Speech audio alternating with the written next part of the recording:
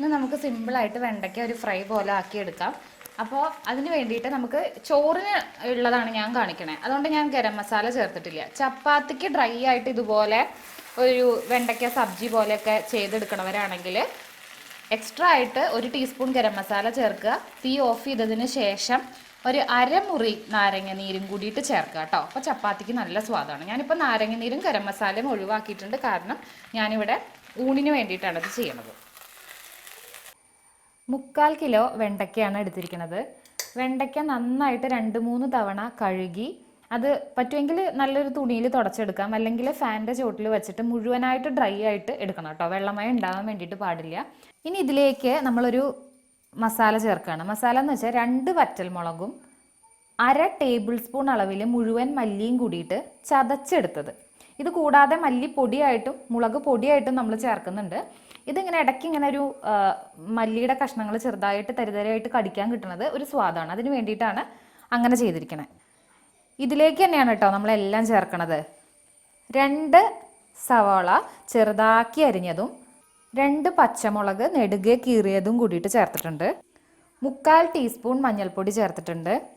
1 teaspoon അളവിൽ തന്നെ മുളക് പൊടി ചേർത്തിട്ടുണ്ട്. 1 ടീസ്പൂൺ അളവിൽ തന്നെ മല്ലിപ്പൊടി ചേർത്തിട്ടുണ്ട്. മല്ലിപ്പൊടി മുളക് പൊടിയും 1 ടീസ്പൂൺ വീതം, മഞ്ഞൾപ്പൊടി 1/4 ടീസ്പൂൺ. ഇതിലേക്ക് ആവശ്യത്തിനുള്ള ഉപ്പ് ചേർക്കുകയാണ്. പിന്നെ എണ്ണ ഇതിനോടൊപ്പം തന്നെ ചേർക്കുകയാണ് കേട്ടോ. 4 ടേബിൾ സ്പൂൺ അളവിലാണ് വെളിച്ചെണ്ണയാണ് ഞാൻ എടുത്തിരിക്കുന്നത്. ഇത് കൈകൊണ്ട് നല്ല പോലെ ഒന്ന് ഇളക്കി യോജിപ്പിക്കുക. ഇത് ചപ്പാത്തിക്കും റൊട്ടിക്കും ഒക്കെ ചെയ്യുകയാണെന്നുണ്ടെങ്കിൽ കുറച്ച് നമുക്ക് മസാല വേണമെന്നുണ്ടെങ്കിൽ ഗരം മസാലയും കൂടി 1 ടീസ്പൂൺ ഇട്ടിട്ട് ചെയ്യാം കേട്ടോ. അങ്ങനെയാണെങ്കിൽ അത് ആ ഒരു മസാല സ്വാദ് ഇഷ്ടമുള്ളവർക്ക് റൊട്ടിയുടെ കൂടെയും ചപ്പാത്തിയുടെ കൂടെയൊക്കെ നല്ല ഡ്രൈ ആയിട്ടുള്ള വെണ്ടയ്ക്ക ഫ്രൈ കഴിക്കാം. ഞാനിപ്പോൾ ഇത് ഊണിൻ്റെ കൂടെയാണ്, അപ്പോൾ എനിക്ക് ഗരം മസാല ചേർക്കണത് ഇഷ്ടമല്ല, അതുകൊണ്ടാണ് ഞാനിപ്പോൾ ഗരം മസാല ചേർക്കാത്തത്. ഇപ്പം ഇത് കണ്ടോ, അത് കാണാൻ നല്ല ഭംഗിയുണ്ട്. ആ കാണാനുള്ള ഭംഗി പോലെ തന്നെയാണ് കേട്ടോ ഇതിൻ്റെ സ്വാദും. സിമ്പിളാണ്, പക്ഷെ നല്ല സ്വാദാണ് മുരിഞ്ഞു വരുമ്പോൾ. തീ കത്തിച്ചു, നമ്മൾ അടുപ്പത്ത് വെച്ചു. ഇനി വേണ്ടത് ഒരു 3/4 ഭാഗത്തോളം വേവ് നമ്മൾ തുറന്നു വെച്ച് തന്നെ വേവിക്കണം കേട്ടോ. അടച്ചു വെച്ച് വേവിക്കരുത്.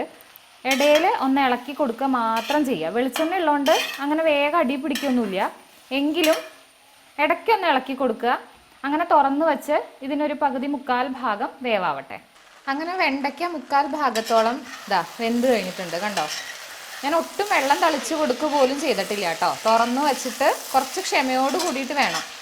ഇത്രയും വേവായി കഴിഞ്ഞാൽ പിന്നെ നമുക്ക് മീഡിയം ഫ്ലെയിമിലാക്കിയിട്ട് അടച്ചു വെച്ചിട്ട് നല്ലോണം ഒന്ന് മൊരിച്ചെടുക്കണം.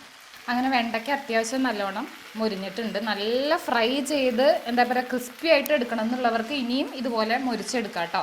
അത്രയും ക്ഷമ എനിക്കില്ല, ഞാനിവിടെ വെച്ച് ഇത് നിർത്തുകയാണ്.